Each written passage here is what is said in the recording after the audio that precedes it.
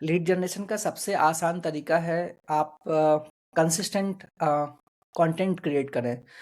कुछ भी हो सकता है, आप वीडियो के फॉर्मेट में बना सकते हैं, आप अपनी ब्लॉग राइट कर सकते हैं। लोग बोलते हैं एसईओ जो है ना ओल्ड फैशन हो गया है और हमें इस पे फोकस नहीं करना चाहिए। मेरा बिलीव थोड़ा डिफर है इससे।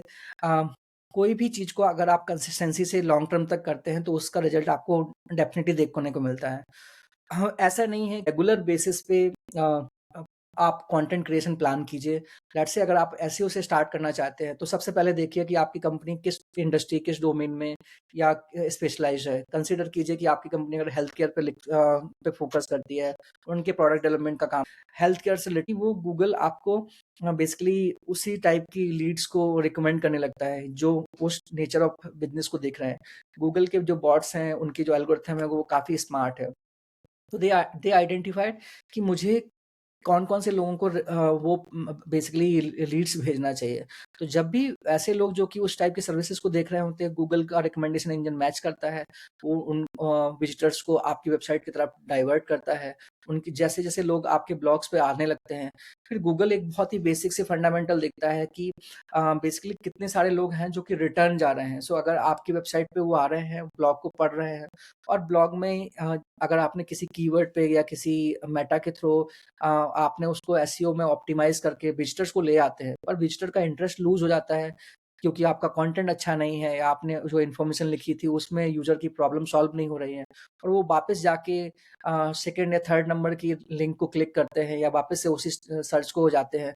तो उससे गूगल का रिकमेंडेशन इंजन ये एंड से ड्राइव करता है कि आपने जो कंटेंट लिखा है वो उतनी क्वालिटी का नहीं है या आपकी वेबसाइट का स्पीड जो है वो उतनी अच्छी नहीं है। तो गूगल को ये एनालिसिस ड्राइव होता है कि इनकी वेबसाइट जो है ना स्पीड के हिसाब से या इस टाइप के यूज़र के हिसाब से ऑप्टिमाइज़ नहीं है। तो गूगल धीमे-धीमे उस टाइप के यूज़र को कम करता जाता है। इससे आपसे एसईओ की रैंकिंग कम होती जाती है, आपके विज़िटर कम होते जाएँगे।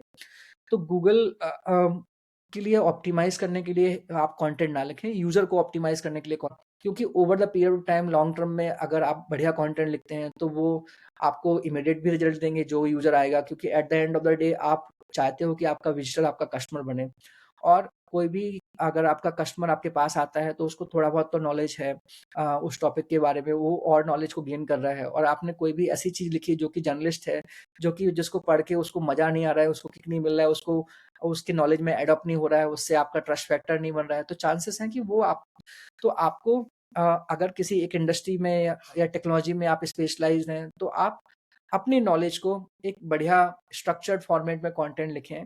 आप आजकल तो बहुत सारे टूल आ गए हैं, आप किसी फ्रीलांस कंटेंट राइटर को भी हायर कर सकते हैं। जीपीटी का यूज़ करके कुछ अच्छे प्रॉम्प्ट बना के एक बढ़िया स्ट्रक्चरल कंटेंट लिख सकते हैं। But as it is GPT generate content को वेबसाइट पे पब्लिश ना करें। गूगल बॉट से लिखा हुआ कंटेंट को डिटेक्ट करता है और जो बेनिफिट होना चाहिए, उससे आपको बहुत ज़्यादा लॉस भी हो सकता है। तो ये सारे कंटेंट जो है आप लिंक्डइन में यूज़ कर सकते हैं, जहाँ एसईओ का इम्पोर्टेंस नहीं है। आप मीडियम में यूज़ कर सकते हो, जहाँ रीडर्स मीडियम की वजह से आ रहा है, एसईओ की वजह से नहीं आ रहा है। पर अगर जहाँ-जहाँ गूगल एसईओ की तरफ से रिकमेंड कर रहा है, वहाँ पे आपका ओरिजिनल कंटेंट ही होना चाहिए और वहाँ पे आपको ऑप्टिमाइज़ करना चाहिए।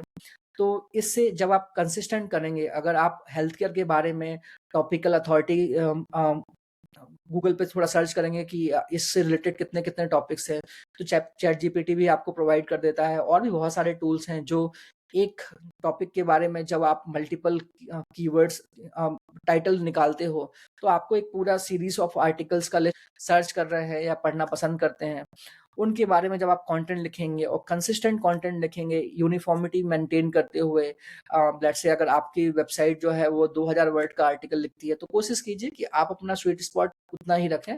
उससे क्या होता है, गूगल को एक पता चलता है कि आपकी वेबसाइट जो है ना इस टाइप के कंटेंट लिखते हैं और धीमे-धीमे आपको उसी टाइप के जो यूज़र्स हैं, उनको वो रिकमेंड करने लगता है। और ये आप कंसिस्टेंट एफर्ट 6 मंथ तक, 1 ईयर तक करें, धीमे-धीमे आपको देखने को मिलेगा कि ये कंसिस्टेंसी की वजह से आपके पास बहुत सारे कस्टमर्स अक्रॉस द ग्लोब आने लगे हैं। आप गूगल को कन्फ्यूज़ ना करें, आप उसको मल्टीपल डोमेन या मल्टीपल टेक्नोलॉजीज़ में एक साथ ना जाएँ। पहले एक टॉपिक की टॉपिकल अथॉरिटी बनाएँ, जब उसमें आप प्रो हो गए हैं, उनको अच्छे से ऑप्टिमाइज़ कर लिया है।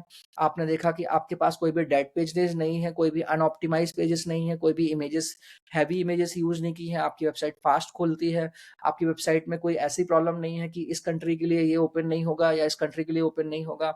आपका सर्वर फास्ट लोड बियर करने के लिए है, ओके है। तो फिर आप धीमे-धीमे दूसरे टॉपिक के बारे में ले सकते हैं। कोशिश करें कि एक वेबसाइट किसी एक पर्टिकुलर ग्रुप या एक पर्टिकुलर टॉपिक के बारे में हो, उससे टॉपिकल अथॉरिटी अच्छी होगी, आप स्पेशलाइज़ होंगे, आपके पास कंटेंट क्वालिटी भी बढ़िया होगी और आपके पास कस्टमर्स भी जो कन्वर्ट होंगे विज़िटर से वो